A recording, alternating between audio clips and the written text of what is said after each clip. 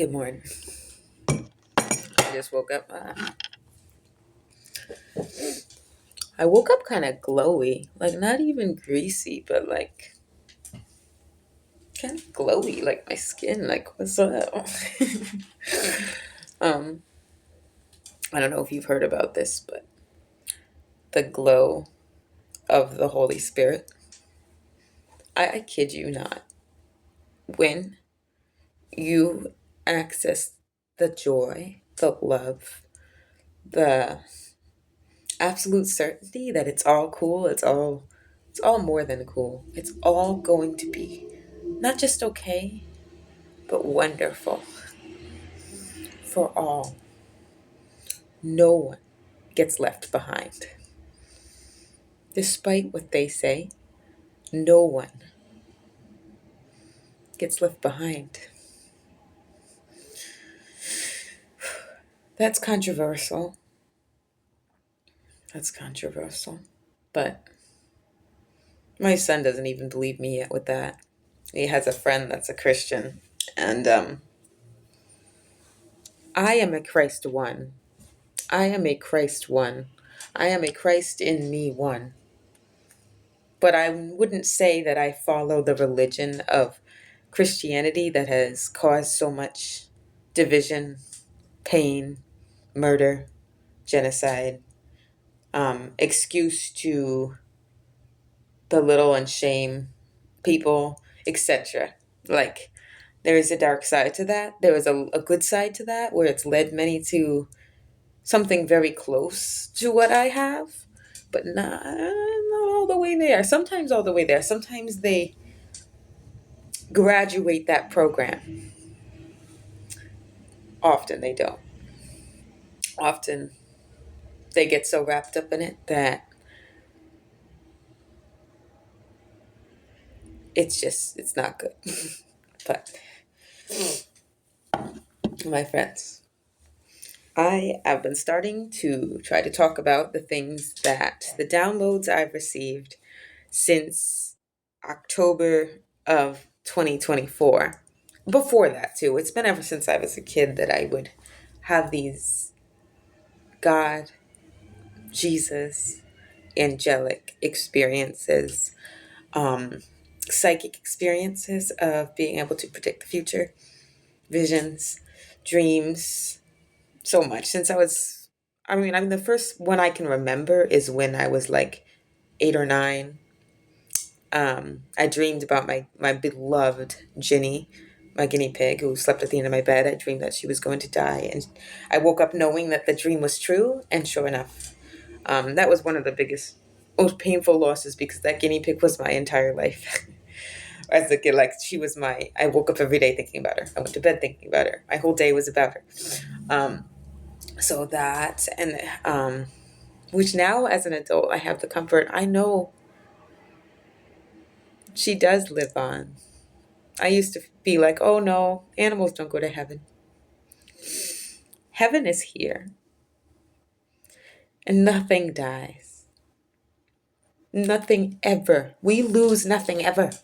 We never lose nothing. I hope, like, even if, just to give people hope if they don't have if they're not at that level of embodiment, if they can at least mentally know that and believe that in their thoughts. See, belief can be in your thoughts.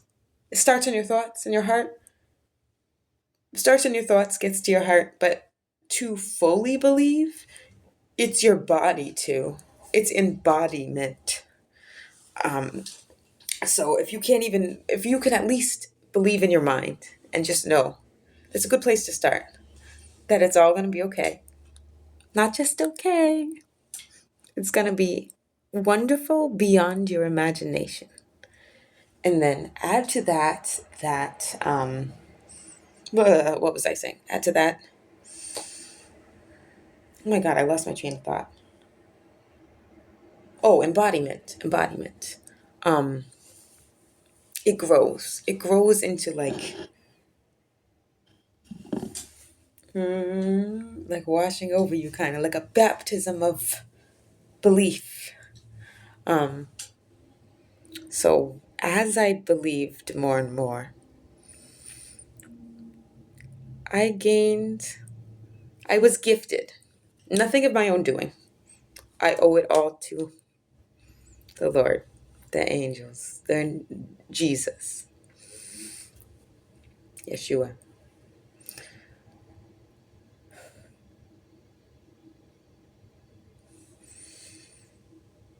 I don't want to come across the wrong way. I just prayed. I hope I come across the right way. I believe He will help me come across the right way. I will embody my Lord and my Lord. It's the goal. And in order to do that, I must put aside my egoic self, my fake little me. But so yes, embodiment. Oh my goodness, I'm losing my train of thought here. To embody. Belief is the key to being able to see, to hear, and to have constant download and communication with the Most High. That was the important thing. It's all important. There were so many bits and pieces, ding, ding, ding, ding, ding, ding, ding, ding, ding, that clink and build up on each other and ding, ding, ding, ding, ding, ding, ding, ding, and then vice versa. Limiting beliefs. The openness, ding, ding, ding, ding, ding, ding, ding, ding, ding, ding, ding, ding, ding, ding, closes us in more and more. The mental, the perception, the belief, and the reality that you exist in are the same. What you are able to access, to connect with, it's all related to what you believe. What you believe is what you perceive. This is why what we say to our children is not just words. It's not just words. It is, you are God to them. What you tell them is what they believe. What they believe is what they perceive. What you perceive is the reality you exist in. So you see the power of life or death that we hold as parents, as teachers, as human beings to each other, and most of all, to children. The worst thing I have done in my life is unknowingly, in my own pain and my own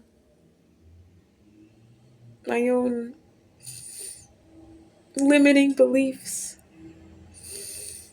I was so obsessed with my own little baby, and I was taking care of my sister who was a drug addict. I was taking care of her son as well, and he was like 6 or 7.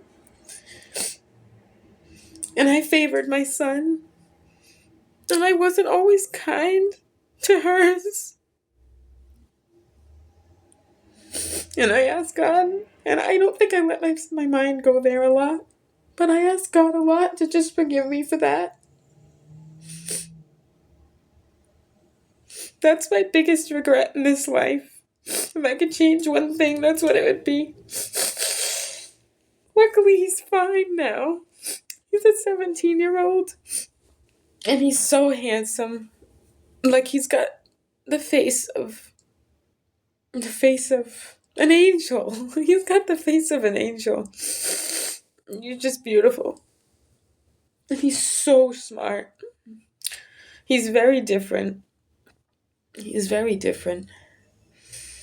He says he's gay. I don't know if he is or not, honestly. I think that he's not. I don't care either way. I don't think he is. He is a genius. I'm not just saying that. He is a genius. The things that he makes and invents. He's very into science, math, 3D printing. Anyway, enough about him. It's just, he turned out wonderful. And I was always the underdog as a kid. And I think that I seem crazy, but I know that I'm not. Now I do. I doubted for a while.